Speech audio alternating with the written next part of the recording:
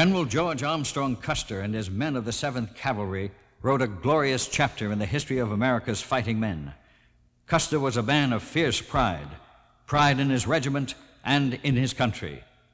A dashing, daring leader, as fearless as he was headstrong.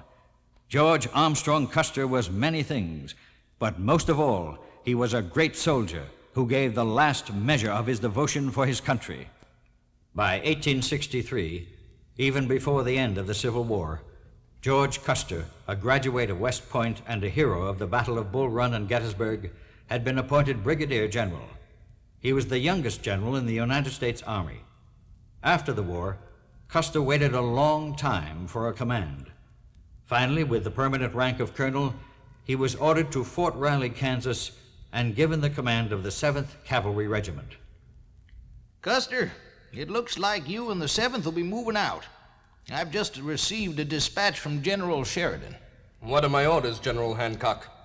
I don't mind telling you that my men are getting fidgety, and all this sitting around is getting a little trying. Well, General Sheridan advises that hostile Cheyenne tribes have caused heavy loss of life and property damage to new settlers. They've moved on out and made their winter headquarters near the Red River. Where is the Red River, General? Here, Custer. Let me show you on this map.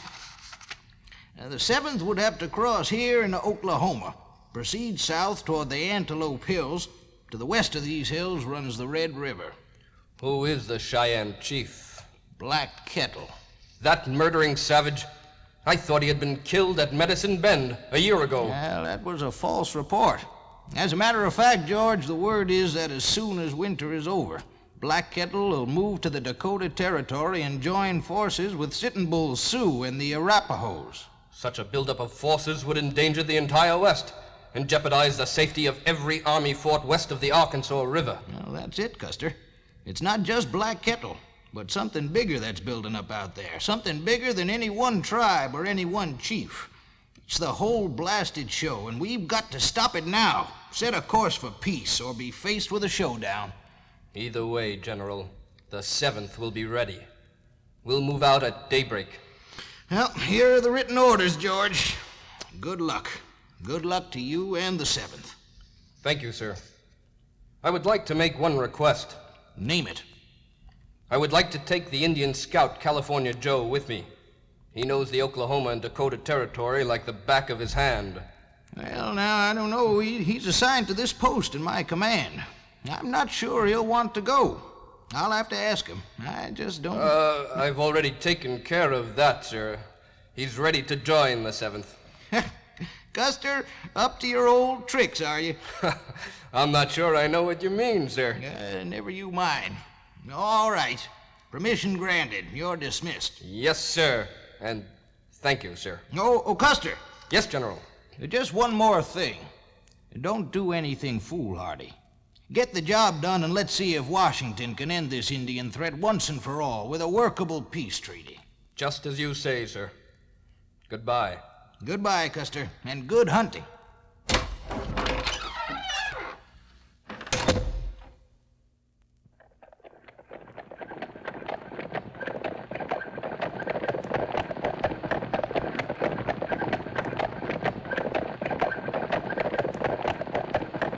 What do you think, California Joe?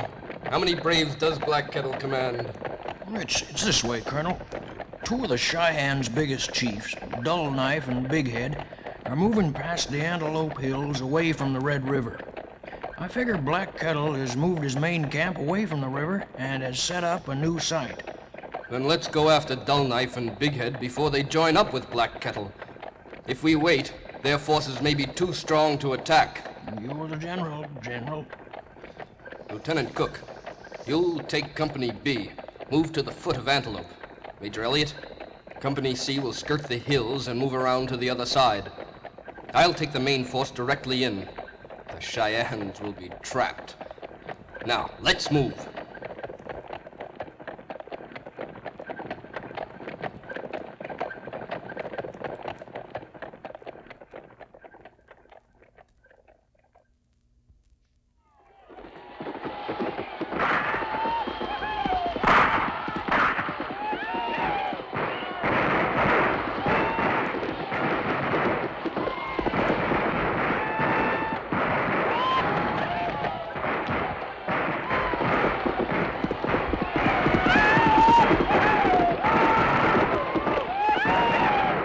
the other side of the hills. They'll run right into Lieutenant Elliott and Company C. They're on the run. After them.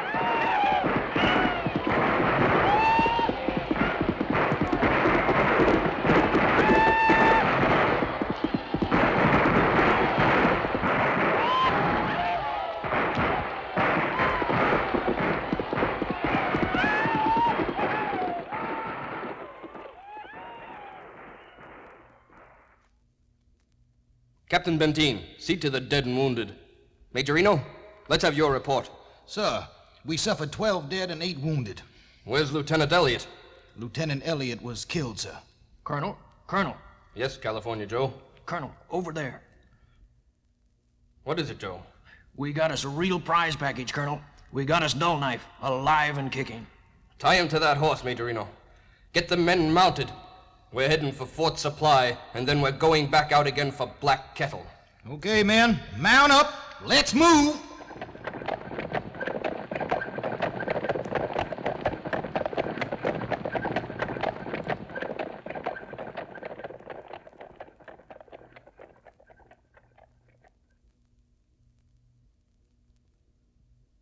Custer and the 7th rode back to Fort Supply. To his surprise, Custer found the General of the Army of the West, Phil Sheridan, on hand to greet him. General Sheridan, I had no idea you were out in these parts. The Indian situation is worsening fast. There's no doubt about the fact that various tribes are joining forces for the first time, and that they will all be under the command of Sitting Bull. You'll have to move on to the Dakotas. You'll report to General Stanley. Your main objective will be to protect the railroad being built in the territory. And what about Black Kettle? From his movements and your recent encounter, it's obvious he's moved his campsite and will be aiming to join up with Sitting Bull. Enter.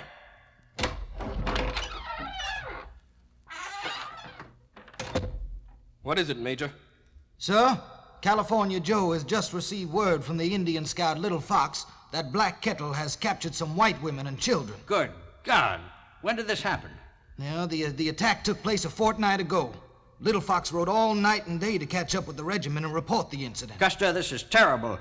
I'd hoped that you and your men would have a few days' rest before leaving for the Dakotas, but there's no time to lose now. You must leave at once for the territory and be on your way. You must try and find Black Kettle and rescue the women and children. We can do it, General. We have a trump card to play, one that Black Kettle can't ignore. What's that, Custer? We still hold Dull Knife. Reno, alert the regiment. Full pack. We're moving out at once.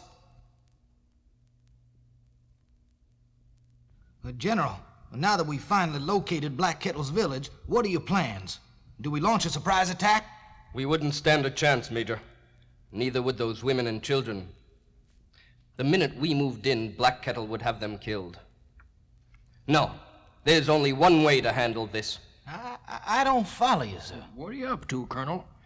Major, you bring a small force of men within striking distance of the village, but stay out of sight.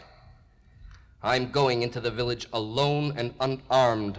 But, Colonel, that's suicide. Tell him, California Joe. You know as well as I do that Black Kettle may be a murdering marauder, but he has a certain code, and he won't kill an unarmed enemy who has come to talk peace. Well, Colonel, I don't know. You've killed a lot of his men. You'll be taking a big risk. That's my job. And it's also my job to get the women and children out of there unharmed. Now, let's go. Follow me.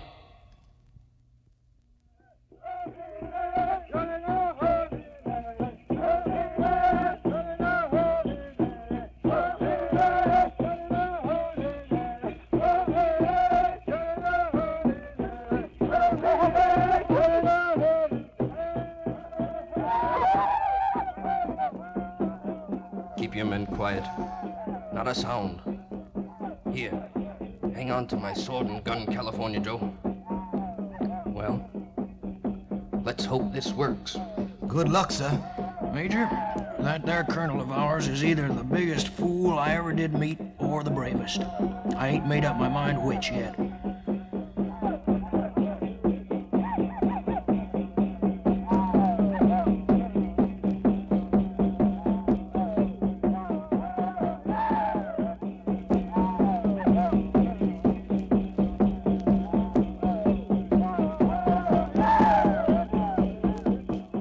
I come in peace. No sword, no guns. Where is your chief? I seek Black Kettle. You yellow hair, you kill many of our braves. Take him. Let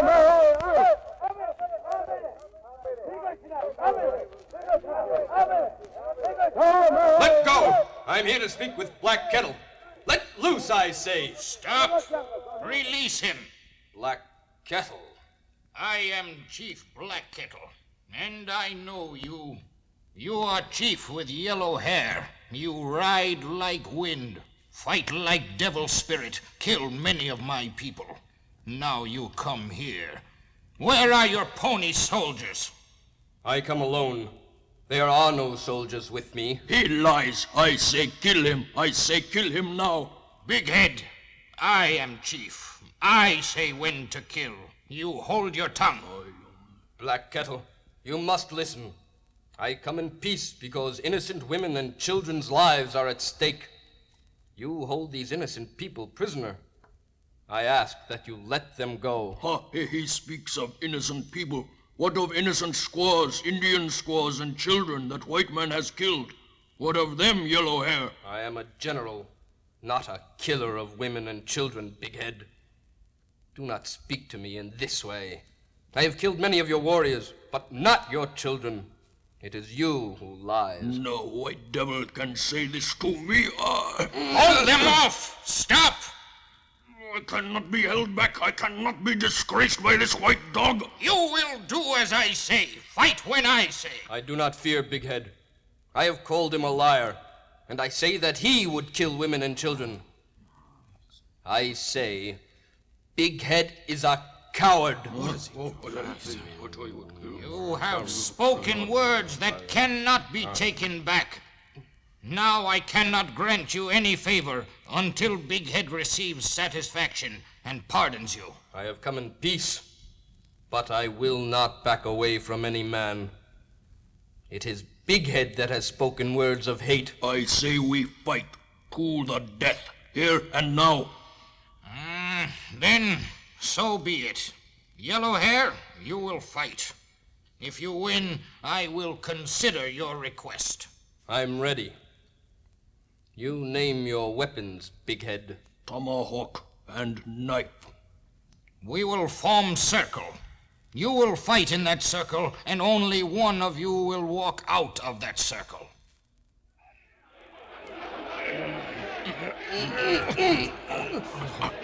Big Head has your head down! Kill him! Kill him! I will finish you now. I will avenge the death of my brothers.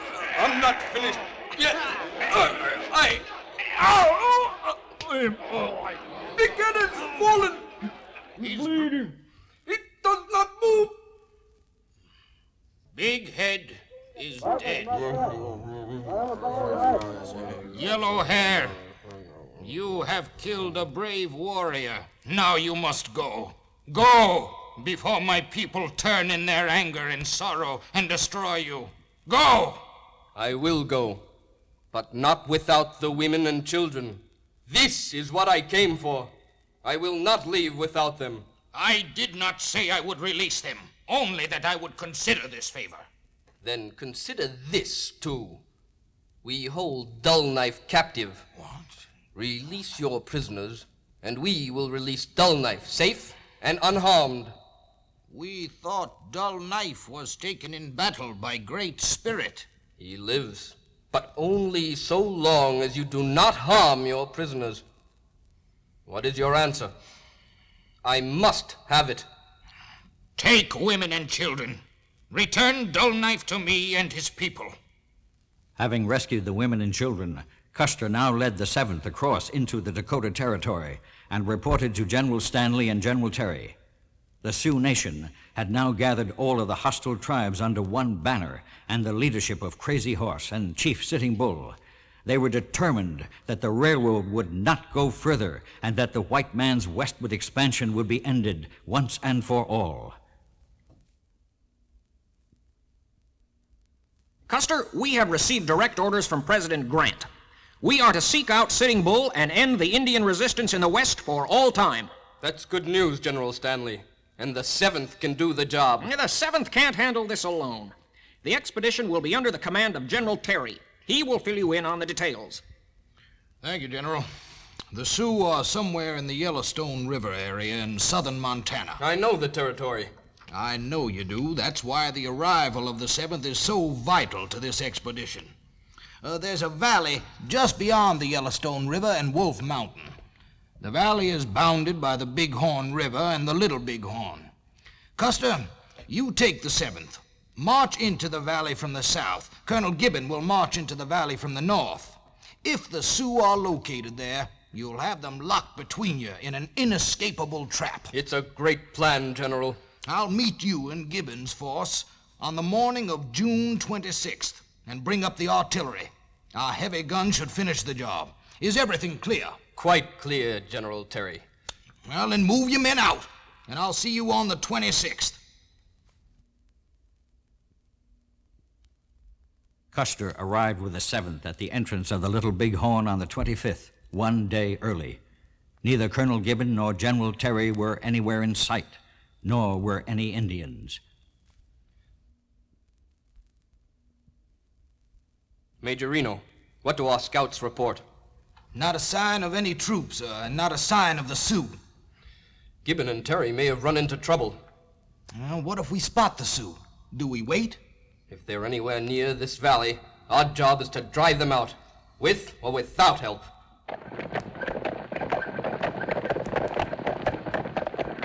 Colonel, we just spotted about 100 Sioux on the other side of the valley moving up the ridge. You can still see the dust they're whipping up. That's it.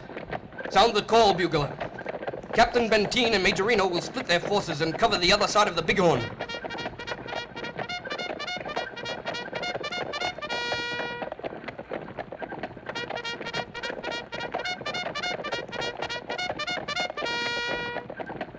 Colonel, there they are climbing that ridge. Up the ridge, men!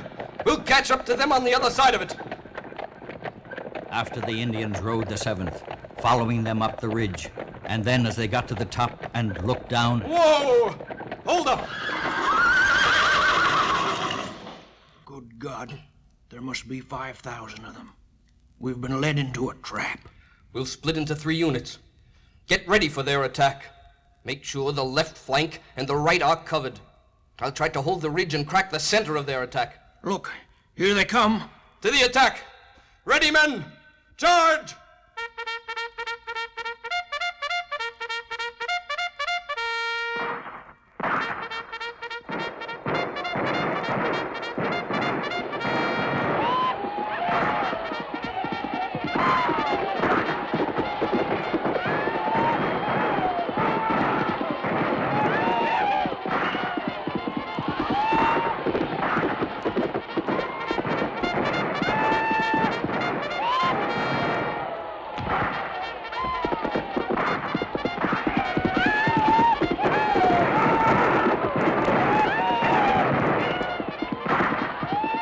And so the Battle of the Little Bighorn raged on.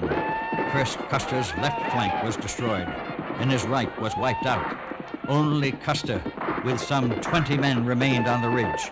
Terry and Gibbon were coming, but would they be in time?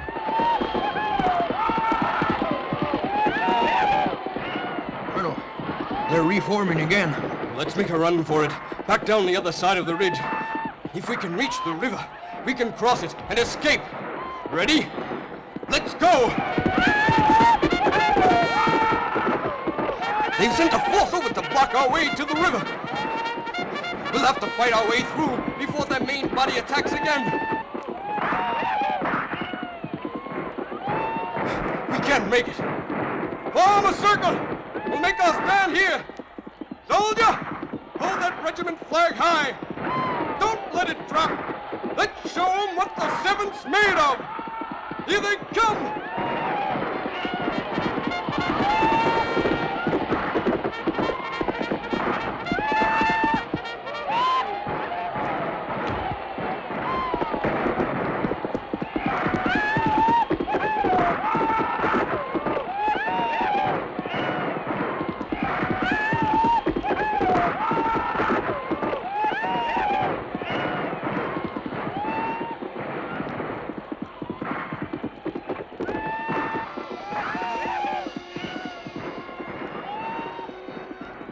Custer and a handful of soldiers stood firm, but soon the Indians overwhelmed them.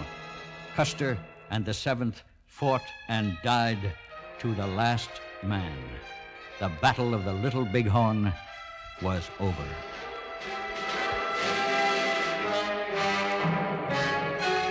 To this day, no one knows why Custer did not wait for Colonel Gibbon and General Terry before attacking, nor why Major Reno and Captain Benteen did not come to his rescue.